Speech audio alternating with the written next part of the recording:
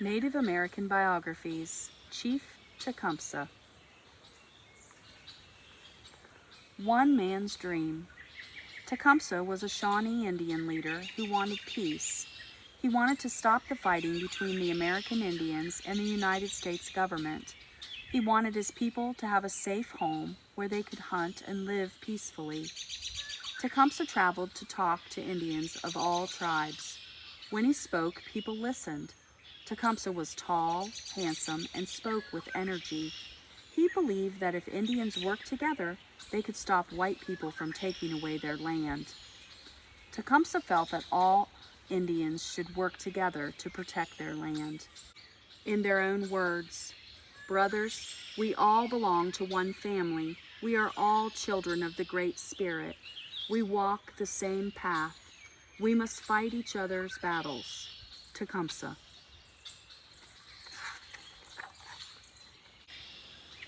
Growing up Shawnee. Tecumseh was probably born in 1768 near the Shawnee town of Old Piqua in present-day Ohio. In the late 1700s, most Shawnees lived in parts of present-day Indiana, Michigan, Ohio, and Canada.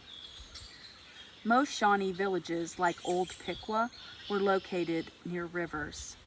Tecumseh's father, Piqua, and his mother, Methotecaski, were Shawnee Indians. Tecumseh had many brothers and sisters. His oldest brother's name was Chesequa. His youngest brother was later known as Teskawatawa. Tecumseh's name. When he was about 6 months old, Tecumseh's name was chosen at a ceremony. An elder chose his name. The town where Tecumseh grew up was located near the Mad River in present-day Ohio. This modern photograph shows the area near the Mad River. While Tecumseh was growing up, there was much fighting between the Shawnees and the white settlers and military. The settlers wanted to live on Shawnee land. The Shawnee fought to keep this land. When Tecumseh was 6 years old, his father and his oldest brother, Chesequa, left with a group of Shawnees to fight for their land. During this battle, Tecumseh's father died. Tecumseh's oldest sister, Tecumseh, and Chesequa took care of Tecumseh. Tecumseh was like a second mother to Tecumseh. She taught Tecumseh to be truthful and honest. She gave him love and support as he became a teenager. In Tecumseh's time, Shawnee hunting camps looked like this one. The painting was made in 1820. Chesequa taught Tecumseh how to hunt and fight. Tecumseh learned to recognize different animal sounds. He and the other Shawnee boys played games that would help them become warriors. Today, most Shawnee children live in Oklahoma. Tecumseh liked to be a leader. He would split the boys into 2 teams, then they would pretend to fight. Tecumseh's team usually came away with a victory. Timeline. Tecumseh was born in 1765. Piqua died in battle in 1774. This is a ceremonial pipe. Tecumseh gave it to a member of the Ohio State Congress in 1807.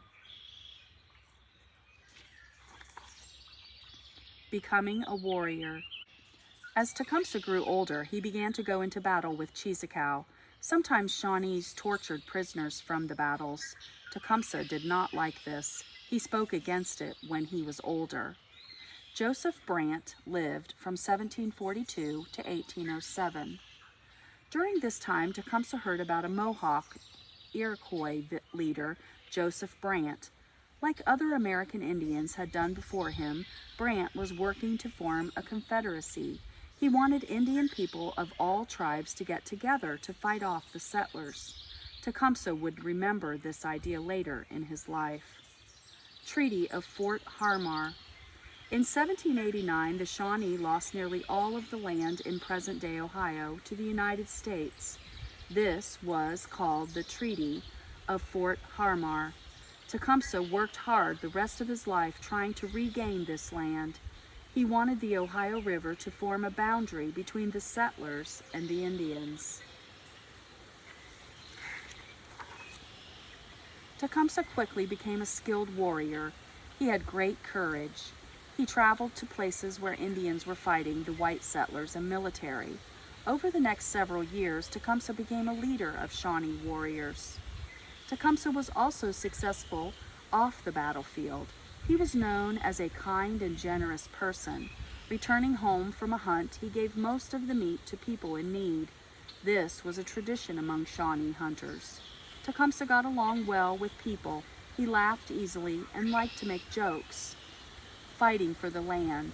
In 1791, a group of Shawnees attacked United States soldiers. The soldiers, led by Arthur St. Clair, were trying to push the Indians out of the present-day Ohio. The Indians won the battle. This victory encouraged Tecumseh and other warriors. They hoped they could stay in Ohio. Arthur St. Clair left the army a year after he was defeated by the Shawnee. In 1792, Tecumseh and his brother, Cheeseekau, traveled to Tennessee with about 40 other Shawnee warriors. The Shawnees fought alongside Creek and Cherokee Indians to stop more settlers from entering Tennessee. Together, there were about 400 Indians. In their own words, Tecumseh was proud, courageous, and high-spirited. He would never yield. He would any time fight, double his numbers. Anthony Shane, who grew up among the Shawnee. During the battle, a soldier shot and killed Cheeseekau. Tecumseh was greatly saddened by his brother's death. Cheeseekau had been like a father to Tecumseh. He had taught Tecumseh how to be a brave warrior. He was also Tecumseh's good friend. Shawnees hunted with guns after the arrival of European settlers in the 1700s. Timeline. Joseph Brant worked to organize a confederacy, 1783. Treaty of Fort Harmar, 1789. Shawnee defeated United States Army led by Arthur St. Clair, 1791. Cheeseekau died in Tennessee battle, 1792. Standing alone. The United States President George Washington decided the settlers in Ohio needed protection from Indians. He ordered an army to make the Ohio Indians leave the state. This army was led by Major General Anthony Wayne. At the Battle of Fallen Timbers, Tecumseh led his people against Wayne's soldiers. Tecumseh fought with great courage, but there were more United States soldiers than Indian warriors. Tecumseh and his people had to retreat. Dressing for battle. When preparing for battle, Tecumseh did not decorate his body much. Usually, he painted a single red line around his hair. For important battles, he wore more paint. He painted his whole face red. Anthony Wayne had the nickname Mad Anthony. The Battle of Fallen Timbers happened in 1794 near present-day Toledo, Ohio. In 1795, an important meeting took place at Fort Greenville in present-day Ohio. Many Indian leaders were there. Tecumseh was not. He was hunting and did not want to sign the Treaty of Greenville. The treaty stated that the United States government would pay Indians for the land in Ohio. It also promised yearly payments of money. By the time Tecumseh had become a war chief by showing his leadership and courage in battle, around 1797, Tecumseh and a group of about 250 of his followers moved to Indiana. 9,100 American Indians signed the Treaty of Greenville. Timeline. Battle of Fallen Timbers, 1794. Tecumseh became a war chief, 1795. Treaty of Greenville, August 3, 1795. Many Shawnee respected Tecumseh for not signing the Treaty of Greenville. Strength together. People today are only certain of Tecumseh having one son. This son moved west in the 1800s. Later, Tecumseh's grandson became the leader of the absentee Shawnee tribe in present-day Oklahoma. But in the early 1800s, Tecumseh's youngest brother, Tenskwatawa, believed that Indians had to return to their traditions. He thought Indians should have nothing to do with settlers. People came from all tribes to listen to him. Some of them called Tenskwatawa, the prophet. Tecumseh had always believed in uniting all Indians against the settlers. When people came to listen to the prophet, Tecumseh took the chance to talk about these beliefs. People listened. Tecumseh and the prophet worked to bring all Indians together. Tecumseh and the prophet built a village called Prophetstown, where the Wabash and the Tippecanoe rivers meet in present-day Indiana. Shawnees and people from other tribes gathered at the village. Tecumseh traveled to the other states. He told other Indian tribes about their village and their beliefs. While Tecumseh was away, the United States Army camped near the village. William Henry Harrison had plans to attack. The prophet was not a warrior, but he decided to make a surprise attack on the army. But Harrison's army had twice as many men as the prophet. The soldiers easily won the battle. This was called the Battle of Tippecanoe. William Henry Harrison was the governor of Indiana when Tecumseh and the prophet built Prophetstown. After defeating the Indians at Tippecanoe, Harrison burned their village to the ground.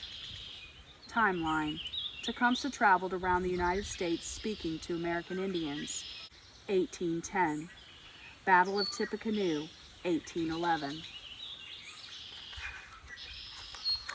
The end of the battle. Tecumseh's people moved to the villages of other Shawnees. Then the United States declared war on Great Britain.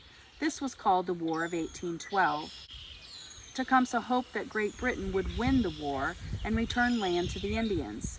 Tecumseh became a general for the British Army. Tecumseh and his army led many successful attacks against the United States.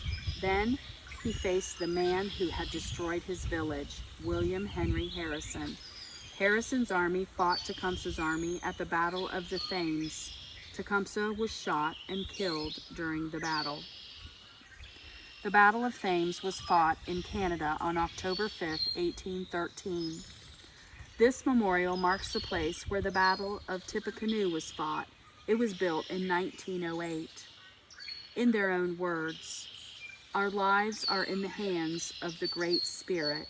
We are determined to defend our lands, and if it is His will, we wish to leave our bones upon them."